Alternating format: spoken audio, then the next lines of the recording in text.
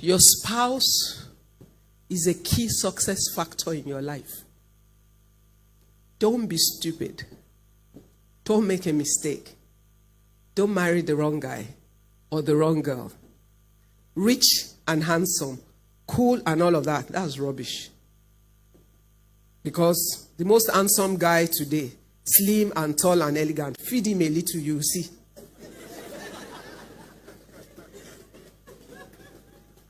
So he's nice and slim, the suit sits well on him. Let his wife do some damage. All the experiment that she'll do in the kitchen will land. He's the waste ground. And then soon enough,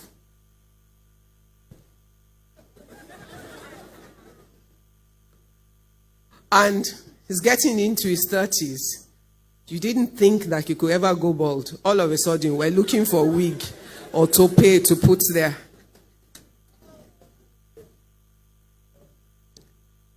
His father is rich, so you want to marry into this big family. They're big by the time and the season that you're evaluating them. How do you know they will not be the criminals of tomorrow?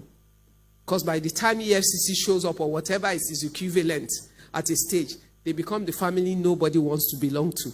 But you have married them for the reasons that you thought was there. Oh, the boy's father is rich, so they have a big wedding. They didn't have it for you. They have big, expensive wedding for themselves to impress their friends that they have money. Not you. They're just the excuse for it.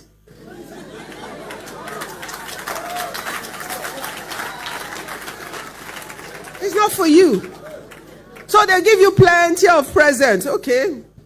Even if they give you 50 cars, they'll all age at the same time. 50 brand new cars. In 4 years, all the 50 cars are old. Because there's a new model every year. 2019 Range Rover is already out in 2018. So how do you keep up? Oh, they've given you this big house. Okay. The house is fine on day one. But guess what keeps it going? Cash flow. The guy could get the house from his father or his father's friend or whatever.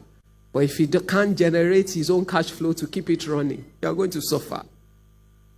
He has to go to his father to pay school fees for his children. You're already in trouble. So that cannot count. What does family represent for you? Your support system. Your circle of influence. The man who will speak into your life and have the greatest impact. The guy who will tell you you're so beautiful and joy will well up in your heart. And the guy who, if you are so beautiful, looks at you and say, Kilo dalare. You will look at yourself in the mirror and you see a very ugly woman, even though you're the most beautiful woman in the world. An influencer. The woman that will look at you and say you are useless. And even though you're smart and sharp, when you get outside, that you are useless will ring in your head. And when you will never feel adequate. You feel inadequate. So don't be stupid. Your spouse or the guy you choose to marry or the girl you choose to marry is not an emotional, I feel like there's fire in my heart. Let the fire die out. Go and drink water.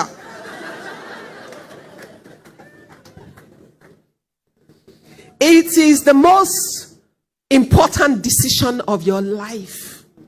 If you marry at 25 and you live till 70, that's 45 years of your life that this person will speak into your life.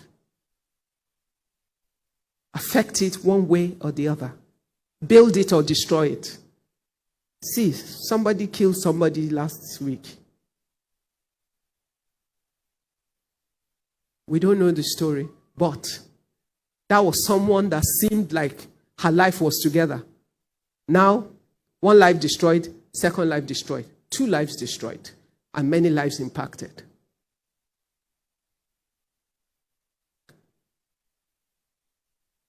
Choosing your partner is a deliberate decision. It's an objective decision. You must Know who you are. Have a sense. Because you will never really know all about who you are. But you'll have a sense of who you are and where you think you're going. If she has ambition to become the MD of First Bank, and she married pastor who wants the wife at the door at 5 o'clock, with dinner ready, everything set on the table, she already married the wrong guy. Why? They will never agree. Because they want two different things. There's nothing wrong with him wanting a wife that will be ready with dinner and everything, or waiting at the door to take his bag and his coat. But he should marry a teacher.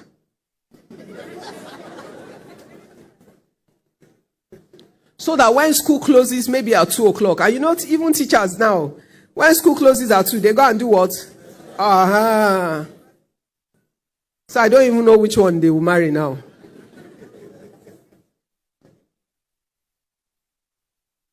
It's true. You must have a sense of where you're going, who God has called you to be.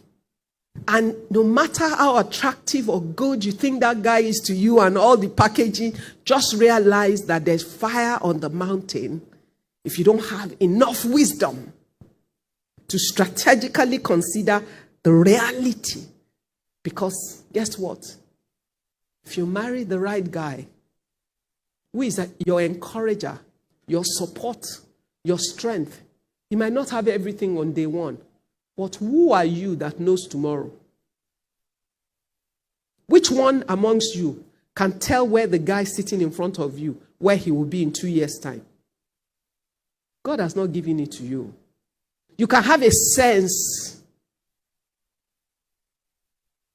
which is why you pray. And you also objectively consider. Girls, especially to the girls, we pretend not to see what we see. We create the picture of what we want to see, and we see it when it doesn't exist.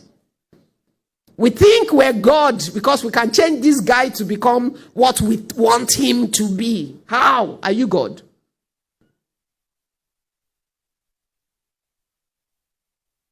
Your husband or your wife will make you or break you, destroy you or help to build you.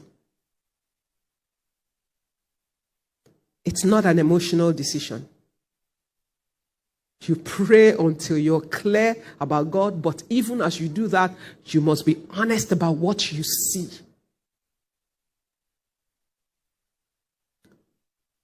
When I got married on my 28th birthday, I already had a factory. I had, I think, 28 men working for me. My husband was a petroleum engineer working in NNPC. To all intents and purposes, it looked like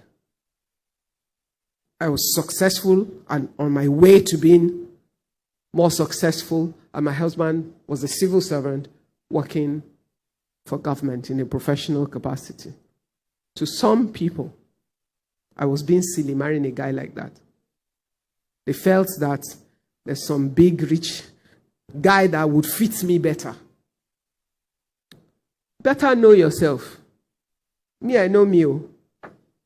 And me, I knew that the only guy that can deal with me, my personal dreams, ambitions, and drive, is a guy who is self-assured, confident, and who loves the me that I am, who loves my ambition,